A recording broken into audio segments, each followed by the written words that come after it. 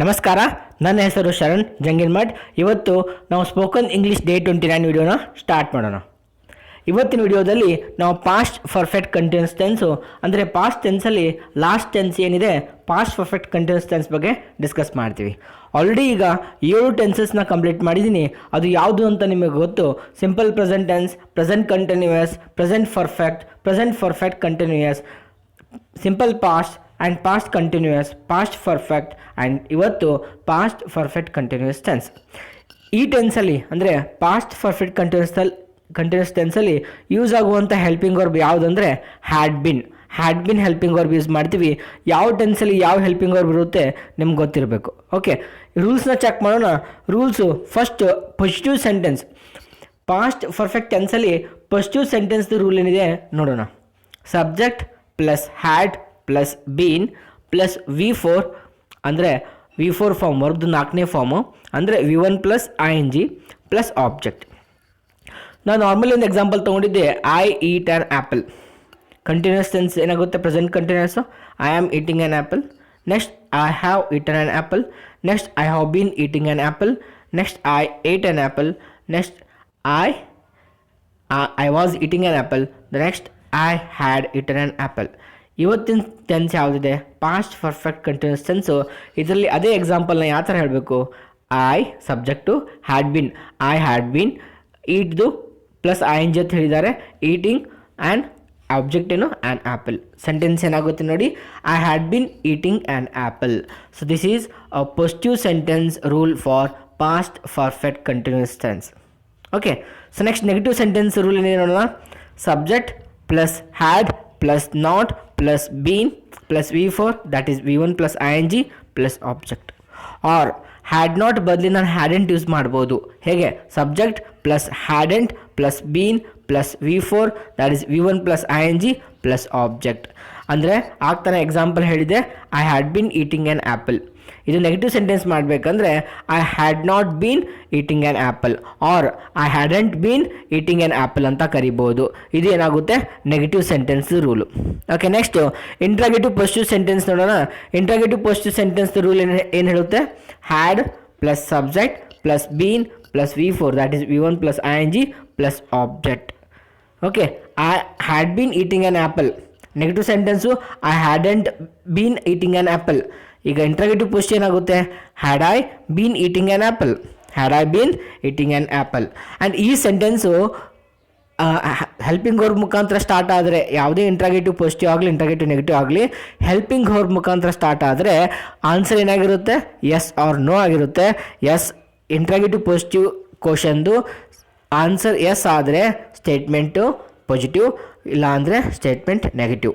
Question repeat ಮಾಡ್ತೀನಿ ನೋಡಿ. Had I been eating an apple? Yes, I had been eating an apple. Again question repeat ಮಾಡ್ತೀನಿ. Had I been eating an apple?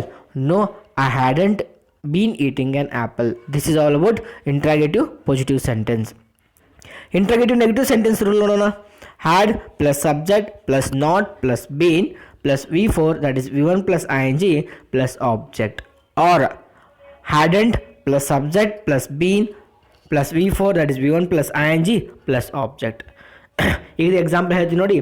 had I not been eating an apple or hadn't I been eating an apple? ಈ ಥರ question ಕೇಳ್ಬೋದು. Interrogative negative sentence helping verb ಮುಖಾಂತರ start ಆದರೆ answer yes or no ಇರುತ್ತೆ. Yes ಇದ್ದರೆ statement negative, no ಇದ್ದರೆ statement positive. Question repeat ಮಾಡ್ತೀನಿ ನೋಡಿ. Hadn't I been eating an apple? Yes, I hadn't been eating an apple. Negative statement ಇದೆ. Hadn't I been eating an apple? No, I had been eating an apple. Positive sentence ಇದೆ. So this is all about past perfect continuous ಟೆನ್ಸ್ದು rule. Okay, next ಒಂದು drill table ಇದೆ. Drill table read ಮಾಡೋಣ.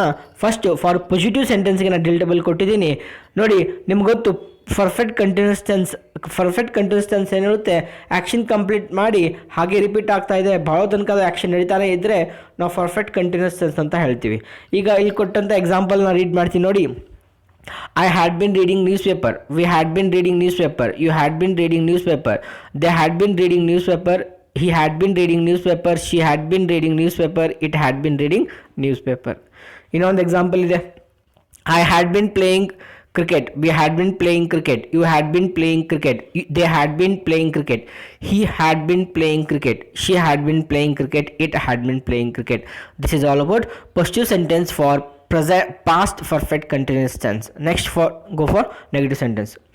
ಓದ್ತಿ ನೋಡಿ, ಎರಡು option ಇದೆ, had not ಅನ್ಬೋದು, hadn't ಅನ್ಬೋದು. Okay, first had not. I had not been reading newspaper, we had not been reading newspaper, you had not been reading newspaper, they had not been reading newspaper, he had not been reading newspaper, she had not been reading newspaper, it had not been reading newspaper. ಇದು ಶಾರ್ಟಲ್ಲಿ ಹೇಳ್ಬೋದು. Second example ಹೇಳ್ತೀನಿ ನೋಡಿ, I hadn't been playing cricket, we hadn't been playing cricket, you hadn't been playing cricket, they hadn't been playing cricket, he hadn't been playing cricket, she hadn't been playing cricket, it hadn't been playing cricket. ಇದು negative sentence for past perfect continuous tense. Next check ಮಾಡೋಣ. Interrogative positive sentence helping verb ಮುಖಾಂತರ start ಆಗುತ್ತೆ, question mark ಮುಖಾಂತರ end ಆಗುತ್ತೆ. Sentence ನೋಡಿ, had I been reading newspaper, had you been reading newspaper, had you been reading newspaper, had they been reading newspaper, had he been reading newspaper, had she been reading newspaper, had it been reading newspaper. ಇದು ಇನ್ನೊಂದು example ಹೇಳ್ಬೋದು ನಾನು. had I been playing cricket, had we been playing cricket, had you been playing cricket, had they been playing cricket, had he been playing cricket, had she been playing cricket, had it been playing cricket. It is all about interrogative positive sentence. Next check ಮಾಡೋಣ. Next the last rule for interrogative negative sentence. ಎರಡು option ಇದೆ, hadn't ಅಂತಾನು ಕರಿಬೋದು, had ನಾಟ್ನು use ಮಾಡ್ಬೋದು. First had not use ಮಾಡ್ತೀನಿ ನೋಡಿ. had I not been reading newspaper, had we not been reading newspaper, had you not been reading newspaper, had they not been reading newspaper, had he not been reading newspaper, had she not been reading newspaper, had it not been reading newspaper. ಇನ್ನೊಂದು hadn't use ಮಾಡ್ತೀನಿ ಈಗ. hadn't I been playing cricket, hadn't we been playing cricket, hadn't you been playing cricket, hadn't they been playing cricket, hadn't he been playing cricket, hadn't she been playing cricket, hadn't it been playing cricket. It is all about all different sentences for past perfect continuous tense. So ಇಲ್ಲಿಗೆ 8 tenses ಬಗ್ಗೆ ನಾವು discuss ಮಾಡಿದ್ದೀವಿ. ಈಗೇನು explain ಮಾಡಿದ್ದೆ ಅದರದ್ದು ನೀವು ನಾ ಹೇಗೆ ಅಂದಿದ್ದೀನಿ ನೀವು ಅದೇ ಥರ ಅನ್ಬೇಕು. ಇಲ್ಲಿ ಕೊಟ್ಟಂಥ ಡ್ರಿಲ್ ಟೇಬಲ್ನ ಸ್ಕ್ರೀನ್ಶಾಟ್ ತೊಗೊಂಡ್ಬಿಟ್ಟು ನೀವು ಪಾಸಿಟಿವ್ ಸೆಂಟೆನ್ಸ್ ಹೇಳೋಕ್ಕೆ ಟ್ರೈ ಮಾಡಿ, ನೆಗೆಟಿವ್ ಸೆಂಟೆನ್ಸ್ ಹೇಳಿ, ಇಂಟ್ರಾಗೇಟಿವ್ ಪಾಸಿಟಿವ್ ಹೇಳಿ, ಇಂಟ್ರಾಗೇಟಿವ್ ನೆಗೆಟಿವ್ ಹೇಳಿ. ಇದು ಒಂದೇ ಇಲ್ಲ ಆ್ಯಕ್ಟಿವಿಟಿ. ಇನ್ನೊಂದು ಆ್ಯಕ್ಟಿವಿಟಿ ಕೊಟ್ಟಿದ್ದೀನಿ ನಿಮಗೆ. ಇವತ್ತಿನ ಆ್ಯಕ್ಟಿವಿಟಿ ಏನಪ್ಪ ಅಂದರೆ, ನಥಿಂಕ್ ಅಬೌಟ್ ಎಸ್ಟರ್ಡೇ ಸಿಚುವೇಶನ್. ಇವತ್ತೀಗೇನು ಅದಿರ ಈ ವಿಡಿಯೋ ನೋಡ್ತಾ ಇದಿರಲ್ಲ, ಇದೇ ಟೈಮಲ್ಲಿ ನಿನ್ನೆ ನೀವು ಏನು ಮಾಡ್ತಾ ಇದ್ರಿ ಯೋಚನೆ ಮಾಡ್ತಾ 10 ಸ್ಟೇಟ್ಮೆಂಟ್ ಬರಿಬೇಕು ನೀವು. ಸೊ ಏನು ಮಾಡ್ತಾ ಇದ್ದೀರಿ, ನೀವು ಏನು ಮಾಡ್ತಾ ಇರ್ಬೋದು, ನಿಮ್ಮ ಜೊತೆ ಇರೋ ಏನು ಮಾಡ್ತಾ ಇರ್ಬೋದು, ನಿಮ್ಮ ಮದರ್ ಏನು ಮಾಡ್ತಾ ಇದ್ರು, ಫಾದರ್ ಏನು ಮಾಡ್ತಾ ಇದ್ರು ಆ ಟೈಮಲ್ಲಿ, ಮೀನ್ಸ್ ನಿನ್ನೆ ಬಗ್ಗೆ ಎಸ್ಟರ್ಡೇ ಬಗ್ಗೆ ನೀವು ಯೋಚನೆ ಮಾಡಿಬಿಟ್ಟು 10 ಸ್ಟೇಟ್ಮೆಂಟ್ ಬರಿಬೇಕು. ಆ್ಯಂಡ್ 10 ಸ್ಟೇಟ್ಮೆಂಟ್ ಏನು ಬರೀತೀರಾ 100% ಅದೇನಿರುತ್ತೆ ಪಾಸ್ಟ್ ಟೆನ್ಸಲ್ಲಿರುತ್ತೆ. ಯಾಕೆ ನೀವು ನಿನ್ನೆ ಬಗ್ಗೆ ಬರ್ತಾ ಇದ್ದೀರಾ ಅನ್ನೋದು ಎಲ್ಲ ಸೆಂಟೆನ್ಸು ಪಾಸ್ಟ್ ಟೆನ್ಸಲ್ಲೇ ಇರುತ್ತೆ. ಓಕೆ, ಅದನ್ನು ಹೊರತುಪಡಿಸಿಬಿಟ್ಟು ನೀವು ಇಲ್ಲಿ ನಾನು ನಿಮಗೆ 2 ಸೆಂಟೆನ್ಸ್ ಬರ್ತೀನಿ. Write the following sentences in all present and past tense.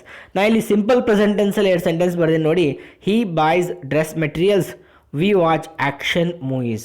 ಈ ಹಿ ಬಾಯ್ಸ್ ಡ್ರೆಸ್ ಮೆಟೀರಿಯಲ್ಸ್ ನೀವು ಏನು ಮಾಡಬೇಕು, ಪ್ರೆಸೆಂಟ್ ಕಂಟಿನ್ಯೂಸ್ ಮಾಡಬೇಕು, ಪ್ರೆಸೆಂಟ್ ಪರ್ಫೆಕ್ಟ್ ಮಾಡಬೇಕು, ಪ್ರೆಸೆಂಟ್ ಪರ್ಫೆಕ್ಟ್ ಕಂಟಿನ್ಯೂಸ್ ಟೆನ್ಸ್ ಮಾಡಬೇಕು, ಸಿಂಪಲ್ ಪಾಸ್ಟ್ ಮಾಡಬೇಕು, ಪಾಸ್ಟ್ ಕಂಟಿನ್ಯೂಸ್ ಮಾಡಬೇಕು, past perfect and past perfect continuous ಟೆನ್ಸ್ಗೆ ಕನ್ವರ್ಟ್ ಮಾಡಬೇಕು.